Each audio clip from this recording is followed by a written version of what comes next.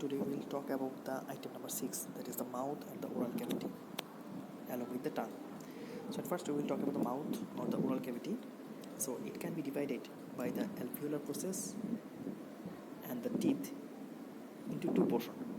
Smaller outer portion, that is known as vestibule, and a inner greater portion, that is known as oral cavity proper. So let's see another picture.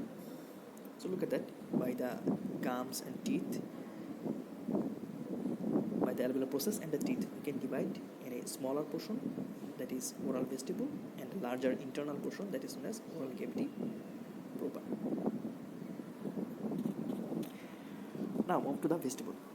The vestibule, it is a cleft between the lips and cheeks externally, and internally there will be teeth and gums.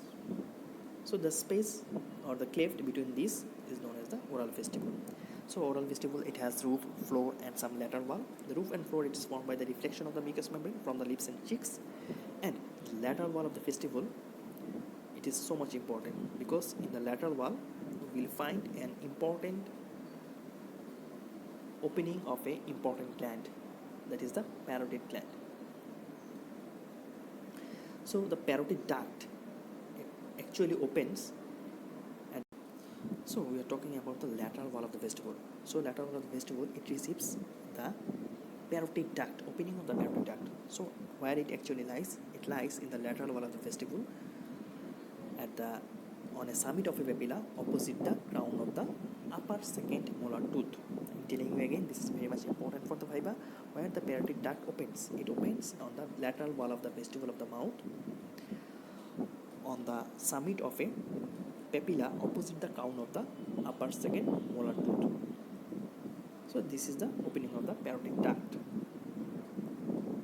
through which the secretion from the parotid gland comes. Now the vestibule and the oral cavity proper, they communicate with each other directly when the mouths are open, but when the mouths are closed, they communicate with each other. So look at that, the oral vestibule and the oral cavity proper, they communicate with each other directly when the mouth cavity is open, but when the mouth cavity is closed, then the vestibule and the oral cavity proper, they communicate with each other at a space that is known as retromolar fossa, which is located between the third molar tooth and the ramus of the mandible.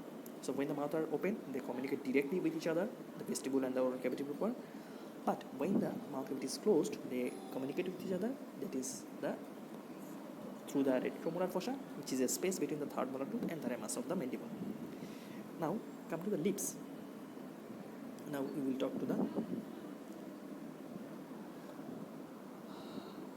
talk about the lips of the vestibule. Lips are the musculofibrous fold, and they are some mobile structures, and they forms the opening of the oral cavity. And look at that, we have two lips, one is the upper lips, another one is the lower lips, and both the lips join with each other at the angle of the mouth, or its another name is the labial commissure.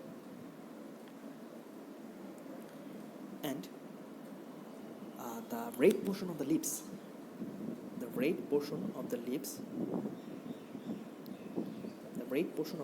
is known as the vermilion zone,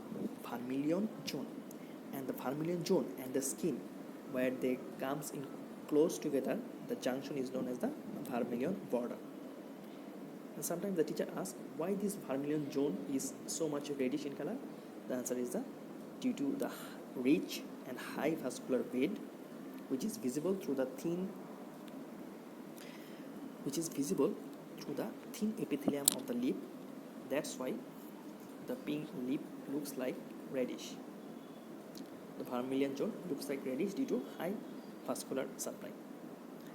Now, in the median portion of the lip, it is marked externally by a shallow groove. You can see this is known as philtrum or Cupid's bow. This is known as philtrum or Cupid's bow. So what is this? It is a shallow groove which connects from the nose up to the central portion of the upper lip. This is philtrum.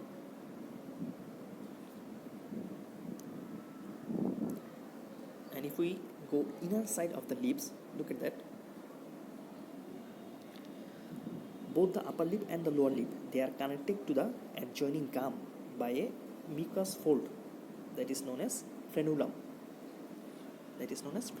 So the inner aspect of the each lip is connected to the corresponding gum by a median circular fold that is known as frenulum of the lip.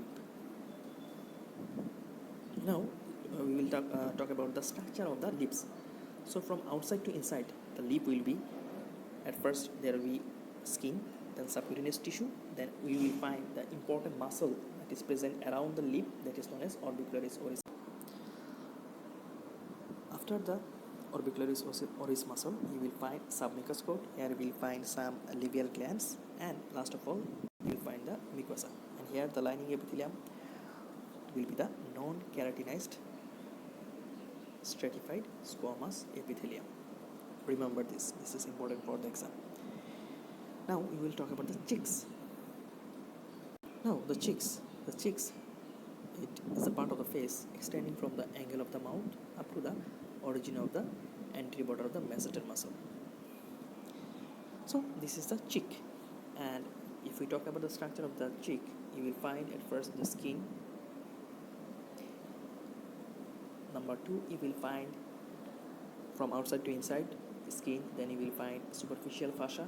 It contains some important muscle: zygomaticus major muscle, rhizolius muscle, buccal branch of the mandibular nerve, some vessels, that is the facial artery, facial vein, and some buccal pad of fat. Then you will find an important muscle, that is the buccinator muscle. Number 4, you will find some glands which secrete some mucus, so that is the submucous gland. And you will find at last the mucous membrane, where the lining epithelium will be the same as the lip, it is a non-keratinized stratified squamous epithelium. Now come to the gingiva. So what is gingiva? Squamous epithelium. It is lined by the keratinized stratified squamous epithelium, and actually gingiva or the gum, we call it Bangla as a দাঁতের মাড়ি যেটাকে বলি আমরা gingiva. So gingiva has two parts. One is free gingiva, another is the attached gingiva. The attached gingiva, that means that part is fixed to the alveolar process of the mandible and the alveolar process of the maxilla.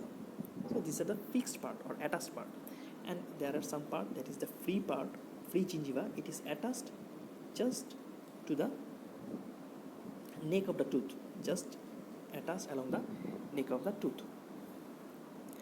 The nerve supply is very much important for the gingiva. For the upper gingiva, it is supplied by the maxillary nerve. And the lower gingiva, it is supplied by the mandibular nerve. So the gingiva actually lies around the tooth. So this is upper gingiva and this is lower gingiva. Now we will move to the oral cavity proper.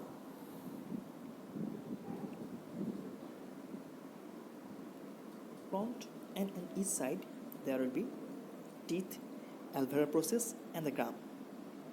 And behind the oral cavity proper, it communicates with the oropharynx. Through a isthmus that is known as oropharyngeal isthmus. Now we will see the boundary of the oropharyngeal isthmus. The oropharyngeal isthmus, it is bounded above by the soft palate. This is soft palate. Below by the dorsal surface of the posterior 1/3 of the tongue, and on each side there will be palatoglossal arch. So this is the oropharyngeal isthmus, and it is the boundary. The roof, you can easily see the roof is formed by the palates. The roof of the oral cavity proper is formed by the palates, and the floor is mainly formed by the tongue, and most anteriorly you will find some sublingual region. Now what are the structures in the sublingual region? So we're talking about the floor. The floor is formed by the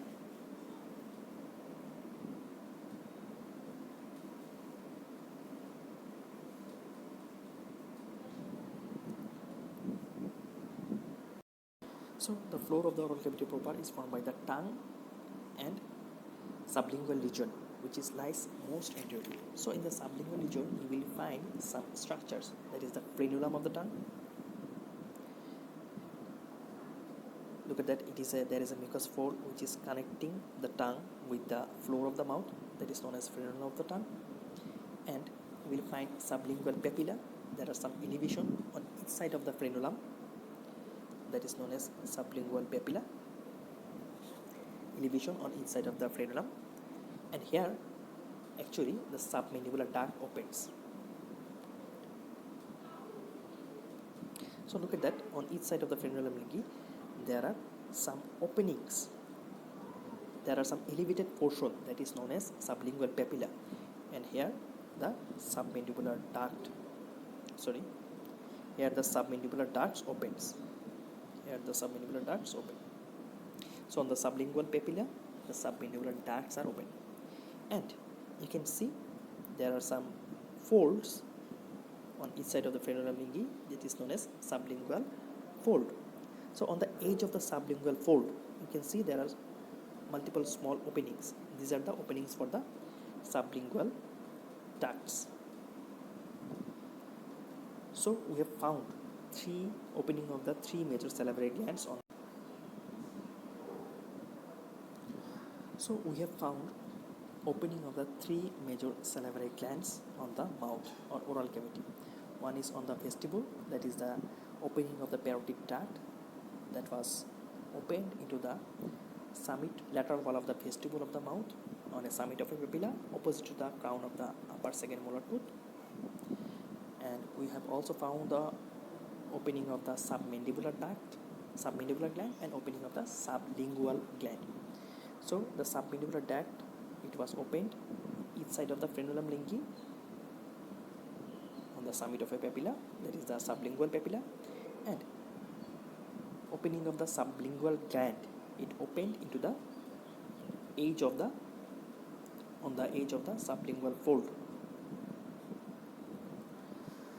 So these are the three major salivary glands and with their opening.